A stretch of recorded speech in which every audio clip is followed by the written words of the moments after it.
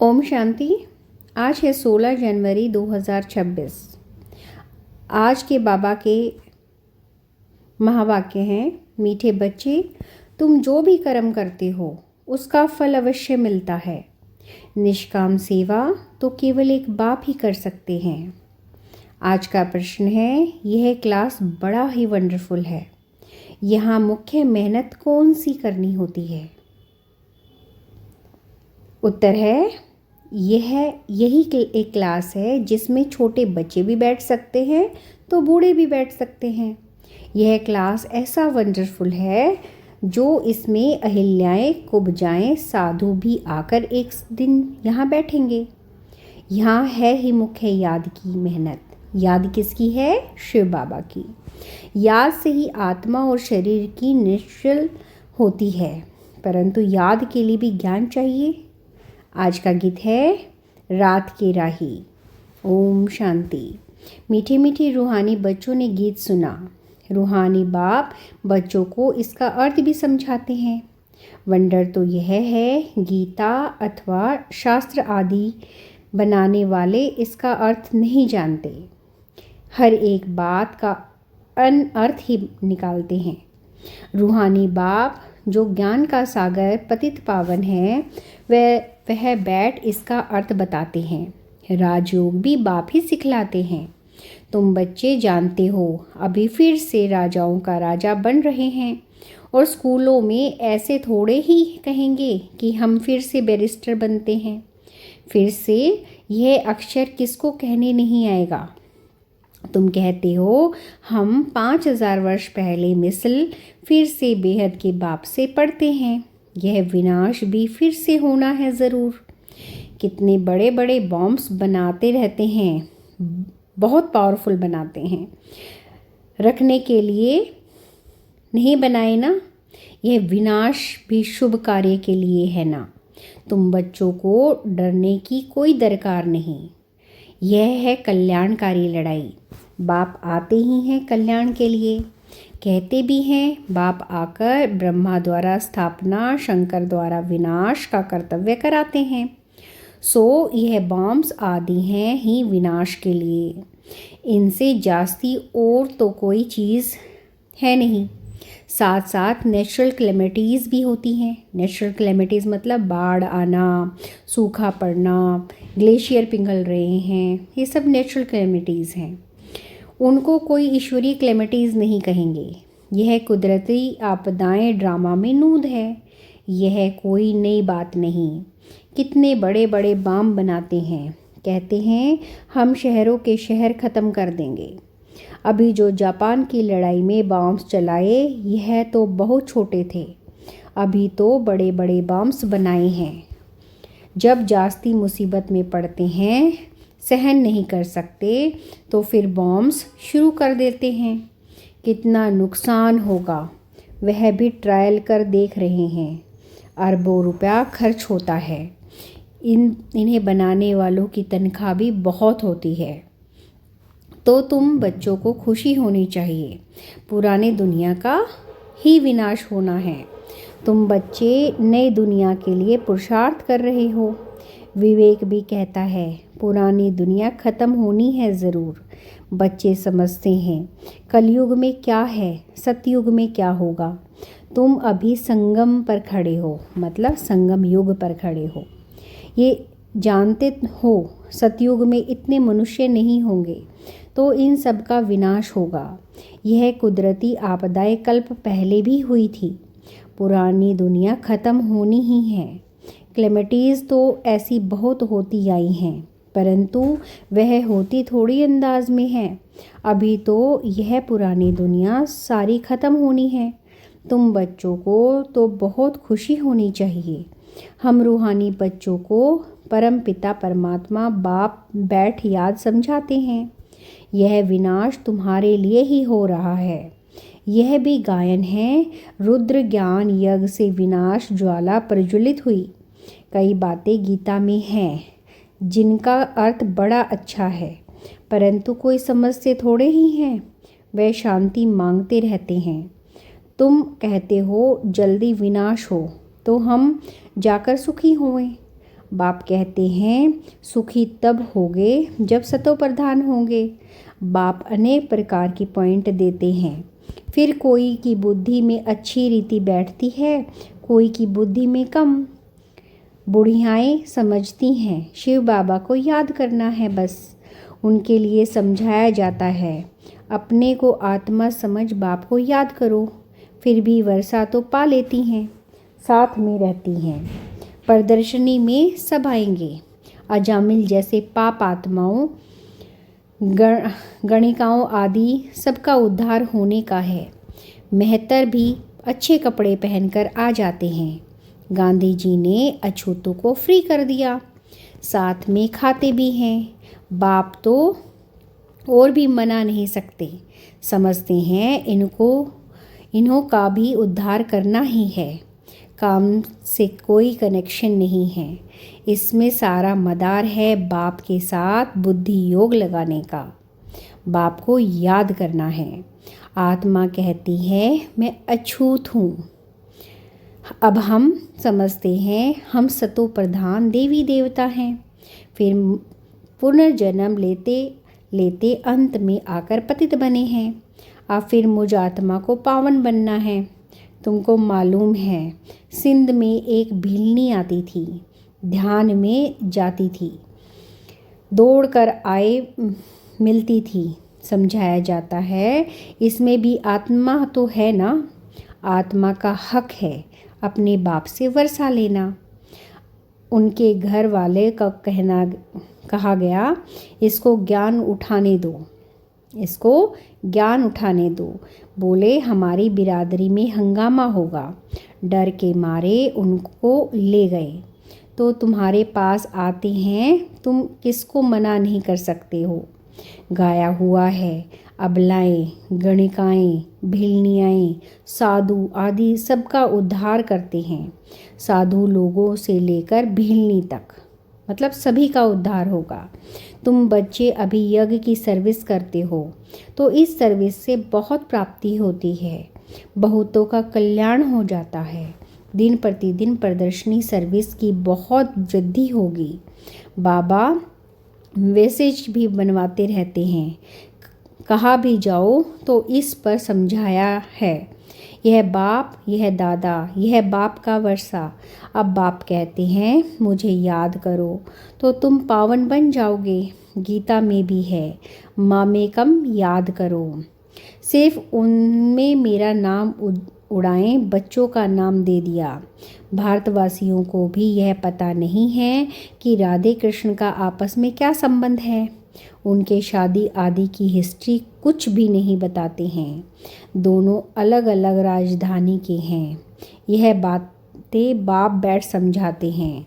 यह अगर समझ आए और कह दे कि शिव भगवानुवाच तो सब उनको भगा दें।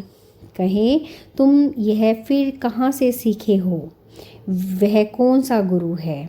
कहे बीकी है तो सब बिगड़ जाए। इन गुरुओं की राजाई भी चट हो गया जाए। ऐसे बहुत आते हैं, लिखकर भी देते हैं, फिर गुम हो जाते हैं। बाप बच्चों को कोई भी तकलीफ़ नहीं देते हैं, बहुत सहज युक्ति बतलाते हैं।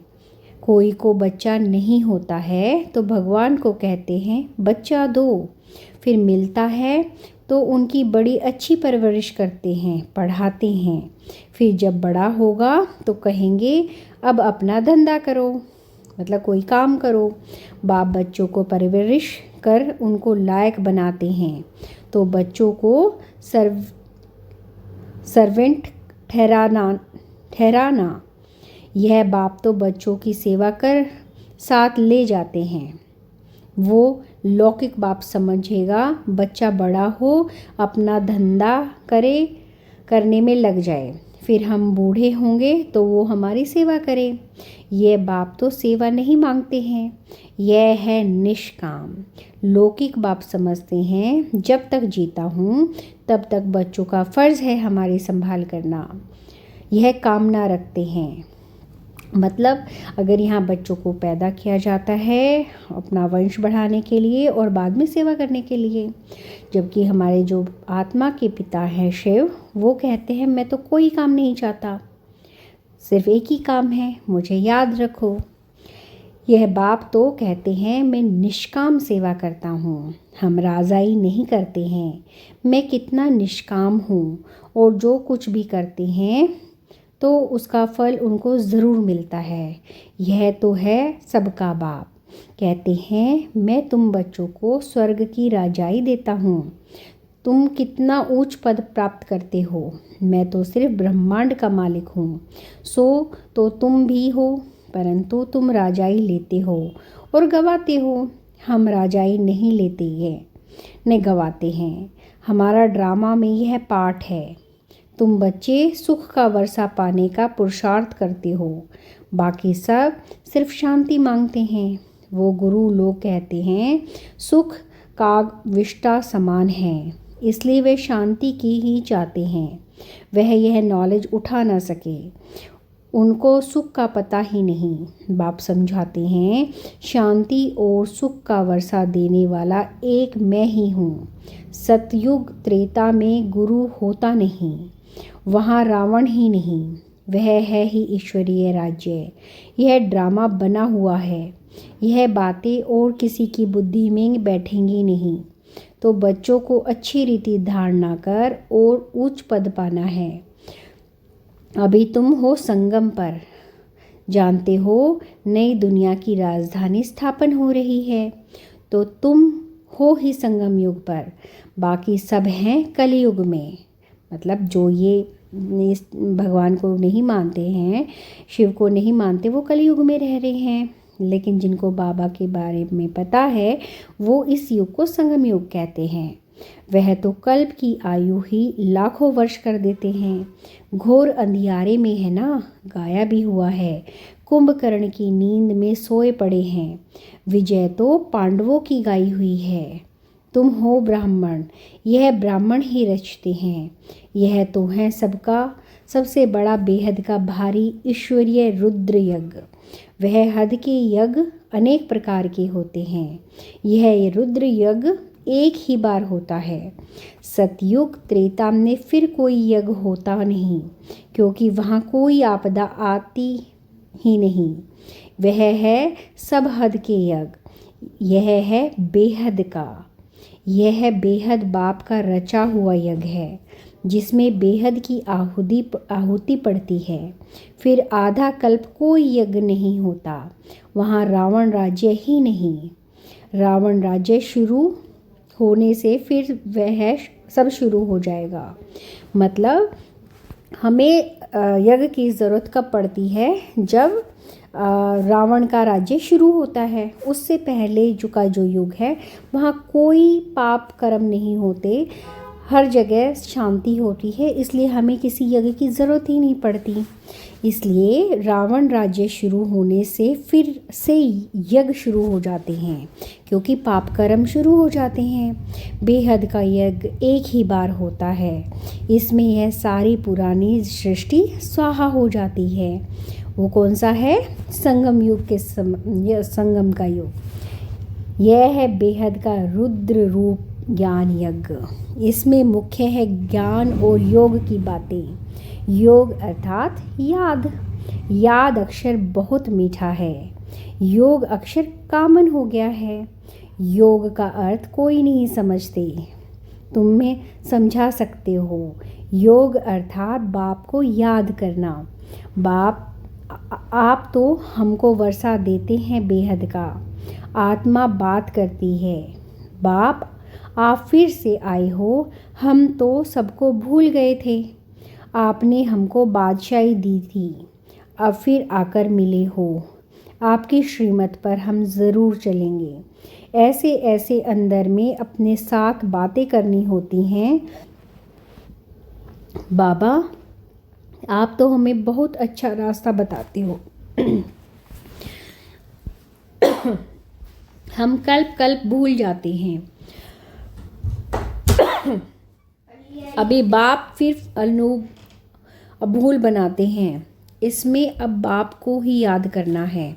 याद से ही वर्षा मिलेगा। मैं जब सम्मुख आता हूँ तब तुमको समझाता हूँ, तब तक गाते रहते हैं। तुम दुख हरता सुख करता हो, महिमा गाते हैं, परंतु न आत्मा को न परमात्मा को जानते हैं। अभी तुम समझते हो, इतनी छोटी बिंदी में अविनाशी पाठ नोदा हुआ है। यह भी बाप समझाते हैं। उनको कहा जाता है, मैं परम पिता परमात्मा अर्थात परम आत्मा, बाकी कोई बड़ा हजारों सूर्य मिसल नहीं हूँ। हम तो टीचर मिसल पढ़ाते रहते हैं। कितने ढेर बच्चे हैं। ये क्लास तो देखो कितना वंडरफुल है। कौन कौन इसमें पढ़ते हैं। अबलाएं कुब्जाएं साधु भी एक दिन आकर बैठेंगे। बुढ़ियाएं छोटे बच्चे आदि सब बैठे हैं। ऐसा स्कूल कभी देखा? यहाँ है याद की मेहनत। किसकी? बाबा की याद। यह याद ही टाइम लेती है। याद का पुरुषार्थ करना यह भी ज्ञान है ना। याद के लिए भी ज्ञान, चक्कर समझाने के लिए भी ज्ञान। नेचुरल सच्चा नेचर क्योर इनको कहा जाता है।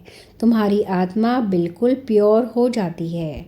वह होती है शरीर की क्योर। यह है आत्मा की क्योर। आत्मा में ही खाद पड़ती है। सच्चे सोने का सच्चा जेवर होता है। अभी यहाँ बच्चे जानते हैं शिव बाबा सम्मुख आया हुआ है। बच्चों को बाप को ज़रूर याद करना है। हमको अब वापस जाना है। इस पार से उस पार जाना है। बाप को, वर्षे को और घर को भी याद करो। वह है स्वीट साइलेंस होम। दुख होता है अशांति से, सुख होता है शांति से। सतयुग में सुख शांति संपत्ति सब कुछ है। वहाँ लड़ाई झगड़े की बात ही नहीं। बच्चों को भी फुरना होना चाहिए। हमको सतो प्रधान सच्चा सोना बनना है, तभी ऊंच पद पाएंगे। यह रूहानी भोजन मिलता है, उसको फिर उगारना चाहिए। आज कौन सी मुख्य पॉइंट सुनी, यह भी समझाया। यात्राएं दो होती हैं, रूहानी और जिस्मानी। यह रूहानी यात्रा ही काम आएगी। भगवानुवाच मन भना भव। अच्छा, मीठी मीठी सिगिल दो। बच्चों प्रति माता पिता बाप दादा को याद प्यार और गुड मॉर्निंग। रूहानी बाप की रूहानी बच्चों को नमस्ते। रूहानी बच्चों की रूहानी बाप दादा को नमस्ते। शुक्रिया बाबा, शुक्रिया। धारणा के लिए मुख्य सार है, यह विनाश भी शुभ कार्य के लिए है, इसलिए डरना नहीं है। कल्याणकारी बाप सदा कल्याण का ही कार्य कराते हैं। इस स्मृति में सदा खुशी में रहना है। सदा एक ही फुरना रखना है कि सतो प्रधान सच्चा सोना बन ऊंच पद पाना है। जो रूहानी भोजन मिलता है उसे उगारना है। आज का बाबा का वरदान है, स्वयं को जिम्मेदार समझकर कर्म यथार्थ विधि से करने वाले संपूर्ण सिद्धि स्वरूप भव।